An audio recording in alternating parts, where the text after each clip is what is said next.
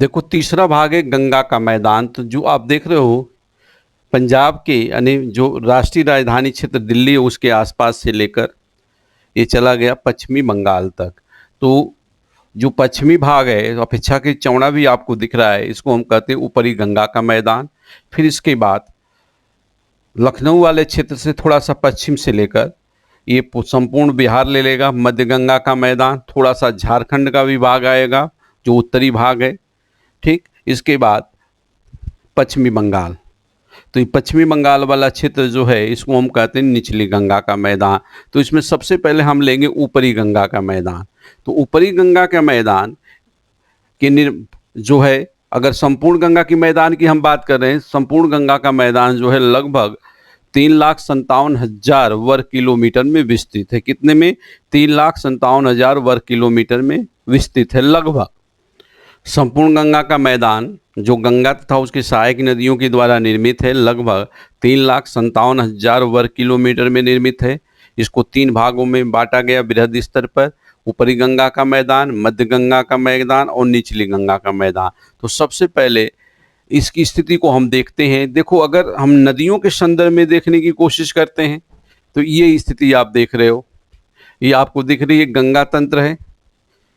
अब इसमें मुख्य नदी जो है यमुना ये है, दूसरी मुख्य नदी जो सहायक है, गंगा की बड़ी सहायक नदी यमुना। तो यमुना से मिलने वाली अनेक नदियां जो प्रायद्वीपीय पठार से जा रही हैं, इधर गंगा से भी मिल रही हैं और इधर से बड़ी नदियां आ रही हैं। अगर इनका हम क्रम एक बार बोल दें, अलग से जब ड्रेनेज सिस्टम आपको कराएंगे तो उसमें यहाँ जितने भी नाम आएंगे, जितने भी नाम हैं यहाँ मैं अंकित करूँगा, लेकिन आपको यहाँ थोड़ा सा इसका नॉलेज हो जाए, इस संदर्भ में इस मैप को यहाँ लोकेट किया गया है। तो ये गंगा है, तो गंगा भागीरथी और अलकनंदा के मिलने के बाद बनी। तो इधर से जो नदी आ रही, जो सबसे बड़ी सहायक नदी ये जो आपको दिख रहा है, ये क्या है? यमुना है, जो बंदरपूछ से निकल रही है। यमुनोत्री बंदरपूछ चोटी जो किया था उसके आसपास से निकल रही है। और यहाँ जब आ रहे हैं तो प्रायद्वीपीय पठार से अनेक नदियाँ यहाँ मिल रही हैं। यद्यपि एक नदी यहाँ भी मिलेगी, एक नदी इससे यहाँ भी मिलेगी, उस नदी का नाम है हिंडन, जो दिल्ली नोएडा के आसपास से ये आती है हिंडन। यहाँ अगर हम देखते हैं मूल नदी तो चंबल है, सिंध है, बेतवा है, केन है, बाघन है, टोंस है। फिर ये तो आगे किस में मिल गई? यमुना में। यमुना में मिलने के बाद ये संगम पर यमुना मिल गई, संगम बोले तो प्रयागराज में। फिर यहाँ से ये नदी बिंद की पहाड़ी के कारण मियांडरिंग करती है और बनारस हुआ, या फिर इसके बाद छपरा के पास ये बिहार में इंटर हो रही है, बक्सर छपरा के पास। और यहाँ अपेक्षाकृत उसकी क्या हो रही है? घाटी चौड़ी होगी। और यहाँ जो नदी आ रही है प्रायद्वीप से, सोन हो गई, पुनपुन हो गई, फाल्गु हो गई, बदुआ, बदना, ये फिर यहाँ से फरक्का डैम से ये अलग हो रही है। जब अलग हो रही है तो यहाँ क्या बन रही है? हुगली। हुगली में अजय है, अजय के बाद दामोदर है, फिर इसके बाद रूपनारायण और कसाई। जब ड्रेनेज सिस्टम कराएंगे तो सारी नदियों का नाम लिखवाएंगे, अभी बस ध्यान रखें। तो इधर से प्रायद्वीपी नदियाँ जा रही है, लेकिन प्रायद्वीपी नदियों में अवसाद उतना नहीं होता है, लेकिन कुछ मात्रा में यहाँ अवसाद डालती हैं। जहाँ तक हिमालयी नदियों की बात है तो यहाँ पर जैसे देखा कि अलकनंदा और भागीरथी मिलकर गंगा बनी। फिर ये रामगंगा नदी, जो पहली नदी यहाँ पर आ रही है रामगंगा है, जो कि जिम कॉर्बेट नेशनल पार्क के मध्य से जाती है। इसके बाद गोमती, फिर शारदा, घाघरा, शारदा घाघरा मिल रही हैं, अयोध्या से होकर गुजर रही हैं। सरयू है, राप्ती है, गंडक, बूढ़ी गंडक, बागमती। बूढ़ी गंडक की सहायक बागमती है और बागमती पर काठमांडू बसा हुआ। फिर कोसी, कोसी को हम क्या करते हैं? बिहार का शोक बोलते हैं। जैसे कि बहुत पहले दामोदर को बंगाल का शोक बोलते थे, लेकिन जब डीवीसी प्रोजेक्ट बन गया, दामोदर वैली कार्पोरेशन प्रोजेक्ट बन गया, तब यहाँ बाढ़ का कोई खतरा नहीं रहता है। लेकिन कोसी आज भी संकट के रूप में जानी जाती है। तो ये जो गंगा है और गंगा की सहायक नदियाँ प्रति सीजन करोड़ों करोड़ों टन मलबा यहाँ जमा करती हैं, जिसके कारण मैदान का उत्तरोत्तर निर्माण हो रहा है। और ये जैसा कि हम जानते हैं कि पूरा का पूरा मैदानी भाग पठार और शिवालिक के मध्य जो है, यह प्लीस्टोसीन के बाद का ही है और आज भी निर्मित हो रहा है। तो ये पूरे का पूरा जो गंगा मैदान है, गंगा तंत्र के द्वारा ही निर्मित हो रहा है, जिसमें मुख्य रूप से गंगा तंत्र की पर्वतीय नदियां और अप्रत्यक्ष रूप से या मान लो कि सूक्ष्म रूप से प्रायद्वीपीय नदियों के निक्षेप का योगदान है। ये पूरी गंगा नदी घाटी जो है, जो ये ड्रेनेज पैटर्न हम देख रहे हैं, गंगा नदी घाटी इससे जहाँ भी इसकी बेसिन है वहाँ से मलबा जाता है और यहाँ पर क्या होता है, धीरे धीरे एकत्रित होता है। और अध्ययन की दृष्टि से और साथ में जो इसकी प्रकृति है मैदान की, कि कहाँ बांगर है कहाँ खादर है, उसको ध्यान में रखते हुए इसको 3 भाग में बांट दिया गया। कौन कौन? ऊपरी गंगा का मैदान, मध्यवर्ती गंगा का मैदान और निचली गंगा का मैदान।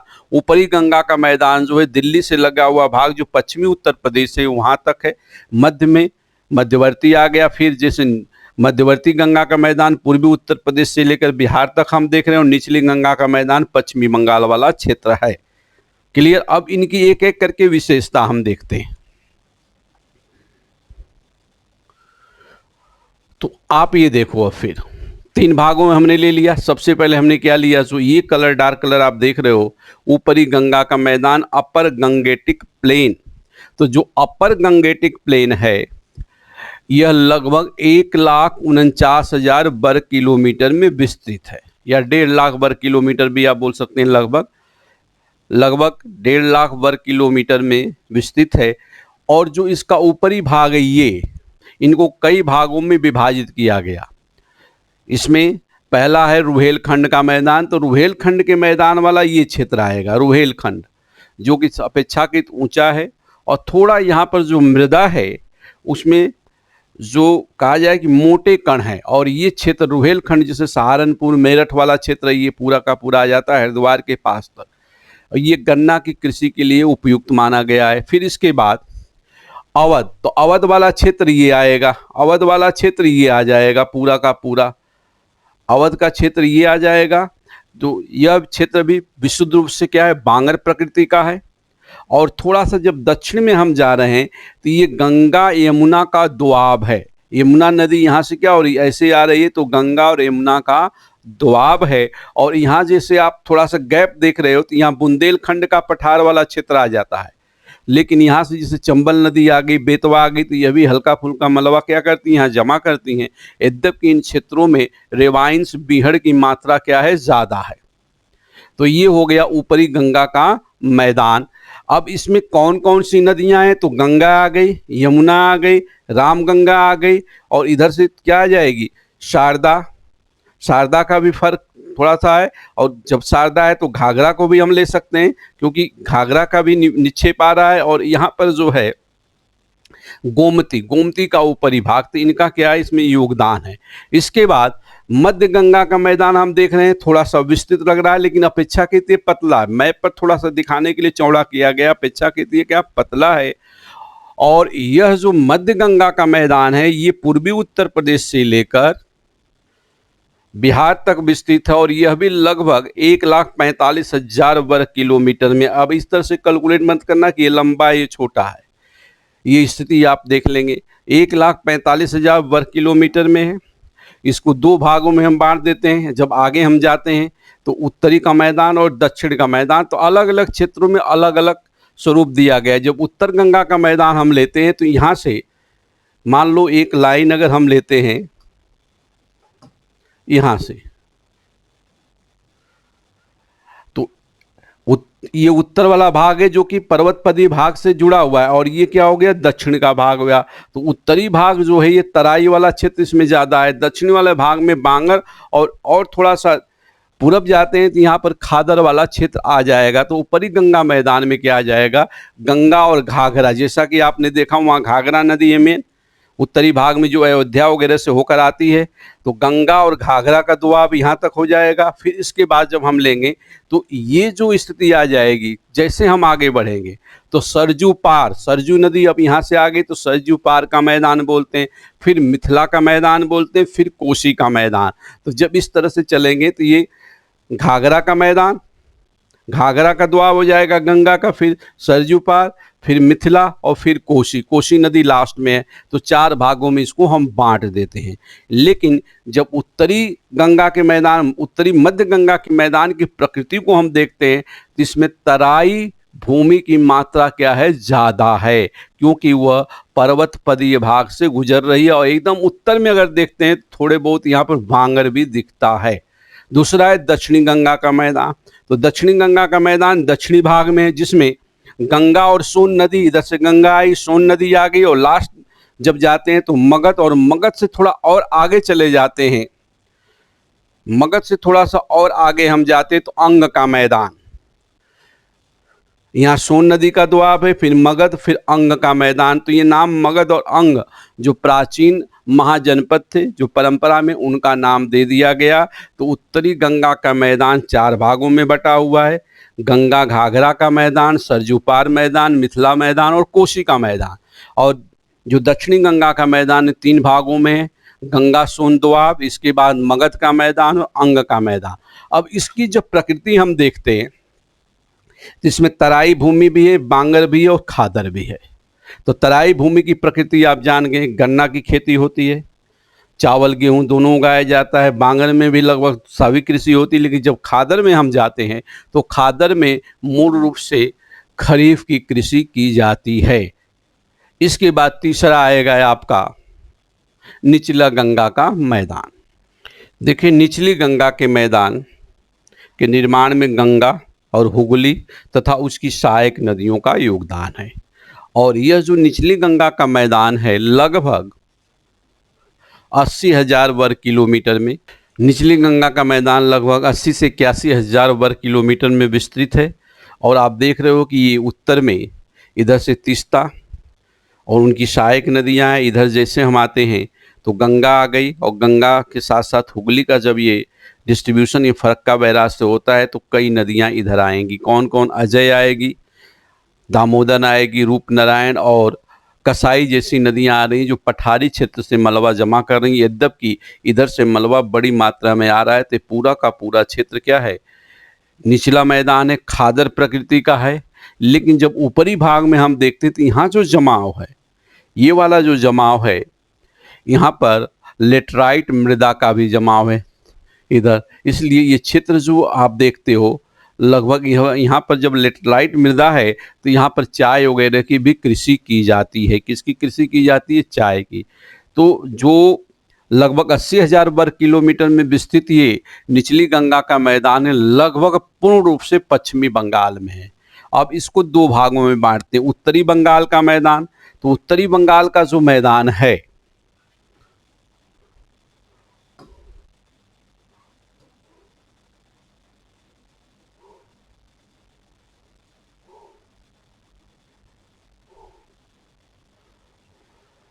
यहाँ तक आ जाएगा। उत्तरी बंगाल का मैदान 2 भागों में विभाजित है। एक है द्वार, जिसे पहले भी बताया था, द्वार बंगाल द्वार, तो द्वार वाला क्षेत्र। और उससे थोड़ा सा दक्षिण की तरफ जब हम आते हैं तो बारिंद क्षेत्र आता है। तो इन क्षेत्रों में, द्वार और बारिंद क्षेत्र में लेटराइट मृदा का जमाव है, और लेटराइट मृदा जहाँ ढालों पर है वहाँ चाय की कृषि के लिए उपयुक्त है। इसके बाद दक्षिणी भाग को जब हम देखते हैं तो इसको हम रार का मैदान या राड का मैदान बोलते हैं। किसका? राड या रार। मैप में रार लिखा हुआ है। राड का मतलब होता है झगड़ा। सामान्य वहाँ की लोकल लैंग्वेज लिखे तो रार या राड का मतलब झगड़ा। तो रार या राड शब्द क्यों दिया गया? तो देखो, वास्तव में ये निचली भूमि है, और निचली भूमियों में बसाव की प्रवृत्ति क्या होती है? शुष्क बिंदु बसाव होता है। और शुष्क बिंदु बसाव कहाँ होगा? ऊंचे भाग पर। तो जो ये भाग घाटियों में थोड़े थोड़े ऊंचे वाले भाग हैं वहाँ पर बसाव ज़्यादा होता है, और जनसंख्या का संकेंद्रण ज़्यादा है। और जनसंख्या का जब संकेंद्रण ज़्यादा है, सामान्यतः बंगाल में ऊंचे भाग को क्या कहा गया? चर या चार। तो वहाँ लोग बसते हैं, तो जगह के लिए लड़ाई होती, इसलिए कह दिया गया कि राढ़ का मैदान बसने के लिए और कृषि के लिए भी। सामान्यतः ये मैदानी भाग बाढ़ के समय पूरी तरह से क्या होता है? जलमग्न होता है। अब राढ़ के मैदान को हमने क्या किया कि जब देखने की कोशिश की तो वहाँ पर जो जमाव है, खादर प्रकृति है, लेकिन कृषि के लिए और बसाव के लिए, दोनों के लिए क्या चाहिए? उपयुक्त भूमि लोगों को चाहिए। इस कारण वहाँ पर हमेशा संघर्ष होता है। और अक्सर आप देखते भी हो कि वहाँ पर जनसंख्या ज़्यादा है, जगह कम है, तो छोटी छोटी बातों पर काफ़ी उसमें कॉन्फ्लिक्ट काफ़ी गहरे लेवल पर होता है। जैसे कि आप इलेक्शन के समय आप देखते हो, भारत में अन्य क्षेत्रों में इलेक्शन के समय उतने बड़े पैमाने पर कन्फ्रंटेशन या कन्फ्लिक्ट नहीं देखा जाता, वहाँ देखा जाता है। और कन्फ्लिक्ट या कन्फ्रंटेशन के पीछे जो भी तथ्य हो, लेकिन संसाधन सबसे बड़ा होता है। तो राढ़ के मैदान को कई भागों में बांट दिया गया। एक भाग को कहते हैं वीरभूमि आसनसोल का राढ़, जो अपेक्षाकृत उत्तरी भाग में वीरभूमि और आसनसोल का राढ़, दूसरा है बांकुड़ा का और तीसरा मिदनापुर का। फिर दक्षिण में जब जाते हैं तो डेल्टा आ जाता है। तो डेल्टा वाला क्षेत्र अत्यधिक नीचा है, और डेल्टा वाला क्षेत्र अत्यधिक नीचा है। और यहाँ पर जो डेल्टा का स्वरूप है, जैसे उत्तर में हम देखते हैं तो डेल्टा थोड़ा सा निष्क्रिय है, दक्षिण में जाते हैं तो सक्रिय है, और मध्य वाला भाग क्या परिपक्व है। तो यहाँ पर भूमि दलदली है। जब आगे हम जाते हैं तो दलदली भूमि, और इन क्षेत्र में पूरा का पूरी सघन वनस्पतियाँ हैं। कौन वनस्पतियाँ? सुंदरवन। सुंदरवन है एशियाई टाइगर, यानी कहने का मतलब कि जो एशियाई बाघ है उसका प्राकृतिक स्थल हम जानते भी हैं दलदली क्षेत्र है, और ये मैंग्रोव वनस्पतियों से घिरा पड़ा है। अब जहाँ तक कृषि की बात है तो उत्तरी भाग में जैसे ढाल है तो यहाँ पर चाय वगैरह की कृषि हो जाती है। दक्षिणी भाग में जैसे बताया कि खरीफ की कृषि होती है, जिसमें अत्यधिक वर्षा की ज़रूरत होती है और आर्द्रता की, जैसे धान जिसको हम चावल बोलते हैं, पटसन, तो इनकी कृषि मूल रूप से यहाँ की जाती है। और साथ में जब नदियों का स्वभाव ऐसा है तो मत्स्यन क्या है? सघन है, मत्स्यन सघन है। जब डेल्टा के अग्रभाग पर हम जाते हैं तो जो दलदली स्वरूप हम देख रहे हैं, तो यहाँ पर आगे वाले स्वरूप में देखा गया कि कई सीरीज में बालू की स्तूप भी दिखाई देते हैं, लेकिन वो बालू की स्तूप नदियों के जो अवसाद हैं उनके जमाव के कारण, और जो सागर से लहरों के द्वारा जो कुछ यहाँ जमा होता है, तो यहाँ समानांतर स्तूपों की सीरीज भी पाई जाती है। कहाँ पर? एकदम डेल्टा के सामने। अब यहाँ पर देखो, कई बार पूछा गया कि राढ़ का मैदान कहाँ है। तो राढ़ का जो मैदान है ये पश्चिमी बंगाल में, ये पूरा का पूरा क्षेत्र क्या आ जाएगा? राढ़ का मैदान। तो इसको भी आप क्या करेंगे? एक बार कर लेंगे।